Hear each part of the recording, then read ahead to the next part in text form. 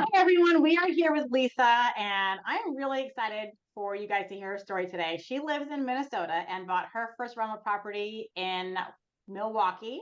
So that is a new area for me.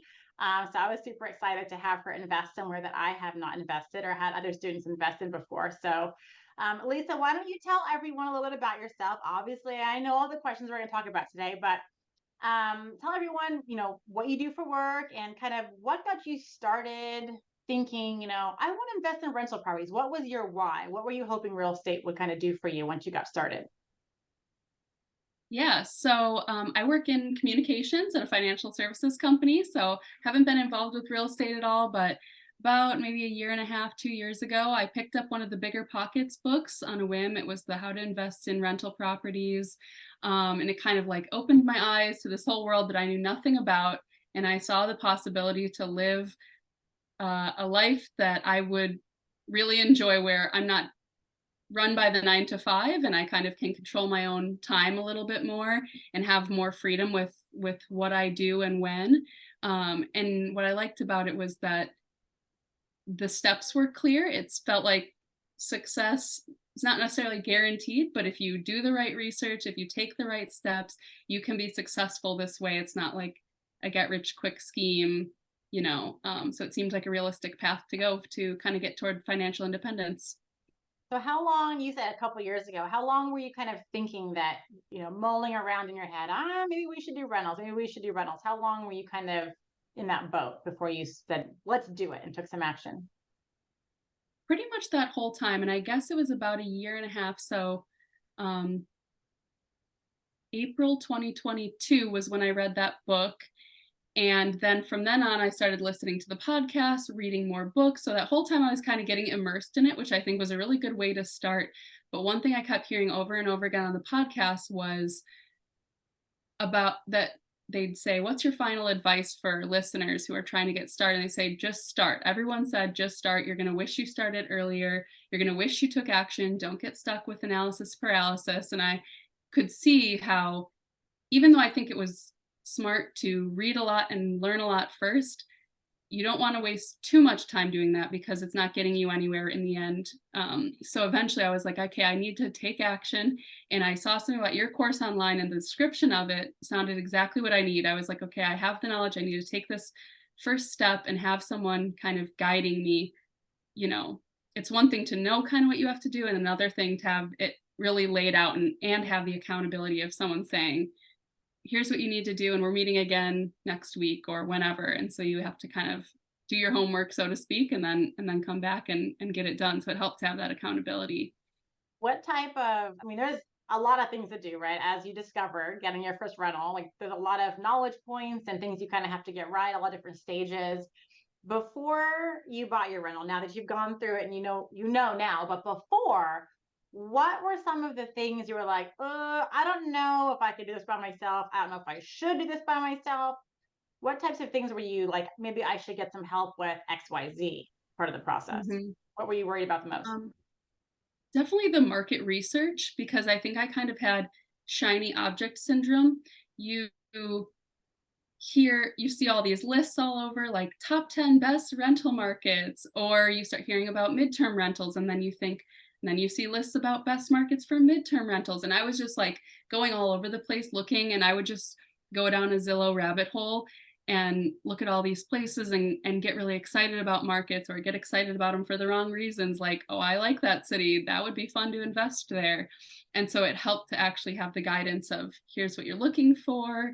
And then also even to redirect when it wasn't the right market. Like I started looking in Baton Rouge only to find out because of the flood insurance, it's not a stable market to invest in. And you kind of helped say, yeah, you probably should move on and pick another one, even though it's hard to start again from scratch and go look up something else. But yeah, it definitely helped to have a second opinion on that and someone to kind of just give more direction so that I stopped looking everywhere. Yeah, yeah. Thank you. Um, what would you say was probably the most beneficial part of the program? So success with such a tongue twister, success with rental properties. There's online course, there's coaching, there's like the meetings with everybody. what would you say, emails, all that, what would you say was probably, if you had to pick maybe one or two things that you were like, you know what, if I didn't have XYZ part of the program, I probably wouldn't have gone all the way. Hmm. Yeah. So for me, it was definitely the accountability and the face-to-face interactions, both the one-on-one calls and the group calls really helpful. The course was really great, really well put together, but I had a lot of the knowledge from stuff I had read already. So to me, the most valuable part was your personal input and guidance. And it was really interesting too. The one-on-one calls obviously were super valuable because that was all about what I was working on. But the group calls are really interesting too because people are in different markets, they're at different stages, and they're asking different questions. So it was just interesting to learn from them, staying on the call and just hearing what other people are working on and what challenges they're facing and how you're addressing those. And those were always just super valuable too. I love that. Thanks. You never know what people are going to say. Thank you. Yeah. Now, Lisa, let's talk about your deal. So, we know where you bought it, but give us the details. Tell us, what was your property like? Did it have any problems? What were the numbers? And all the stuff everybody wants to know.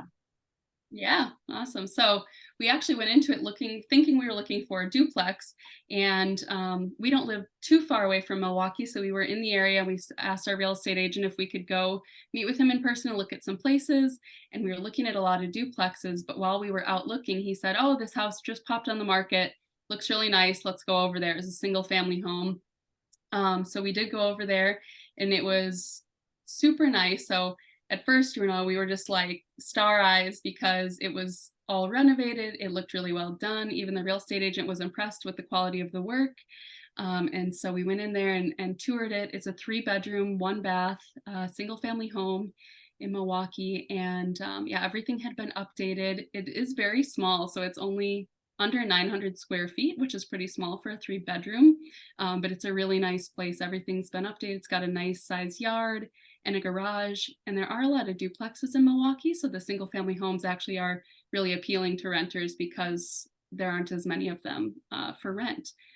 So yeah, that was the property we found, and we put in an offer that day, and there were a few others. Do you want me to get into the Yeah. offer details Yep. and Yep. everything? Yeah, so at first I think we just offered asking price, and then we were able to offer a quick close and things like that were strategies we had talked about ahead of time that could help us, set our offer apart. So we did that. But because of the multiple offers, the seller came back with a counter, and we ended up settling at 133,500. And then they accepted our offer. So from there we did, I think it was about a 2-week close. So it's kind of a whirlwind after that with going back and forth. And because it was updated, there weren't a ton of repairs, which was nice. The inspection report came back pretty good. But the few things that there were, they fixed them, and we were able to close. And what was your interest rate? 7.25. 7.25. And people think, Yeah. oh, we can't find anything that cash flows 7.25%. Lisa Yeah, does. you can. And what's your cash flow on that house?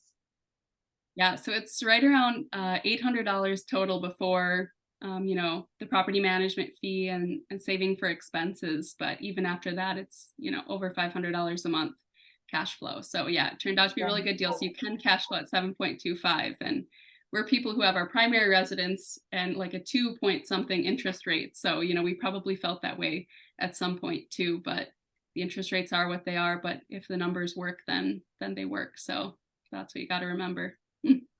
Should quote that. That's so true. Shining example, Lisa, that interest rates don't matter as long as the property cash flows. And I remember I was apprehensive on the house because it was small. I'm like, oh, I don't Yeah, know. It's under 900 I square was too. feet. That might be really hard, to rent out. Yeah, You're like, but Casey, there's hardly any single families. Everyone says, and how fast did it get rented? We didn't even talk about that. super fast. It was like it was less than 2 weeks. Well, here's the other part of our story is that about a week after we closed on the house, we were getting married. So at that point, luckily, we just threw everything over to the property management company, and they took the reins from there. So couple weeks later, we came back from our honeymoon and I said, "Hey, is it rented?" They said, "Yeah, we got it rented." And they actually rented it for more than they had anticipated. So yeah, it was, I think even at first, they probably underestimated it because of the size too. And then once they saw it, they thought, oh, we can go a little higher. So Yep, $100 more than you thought, right?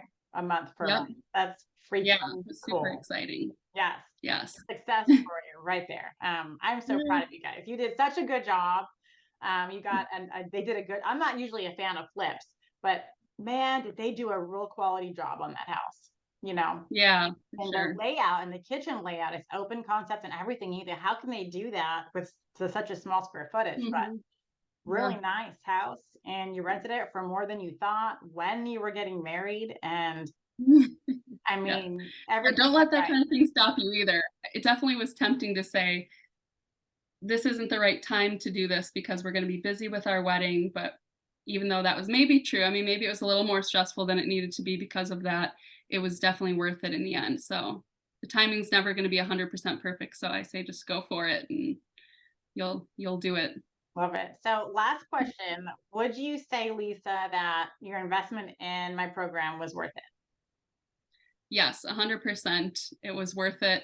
At the beginning, I was like totally gung ho and I wanted to bring my now husband along. And as soon as we had our initial call with you, then he was totally on board. And yeah, after finishing the course and closing on our house, yeah, we definitely feel it was totally worth it, because right now we would still be back where we were 5 months ago with no properties, probably still reading books, probably bouncing around, looking at different markets, and not buying a house.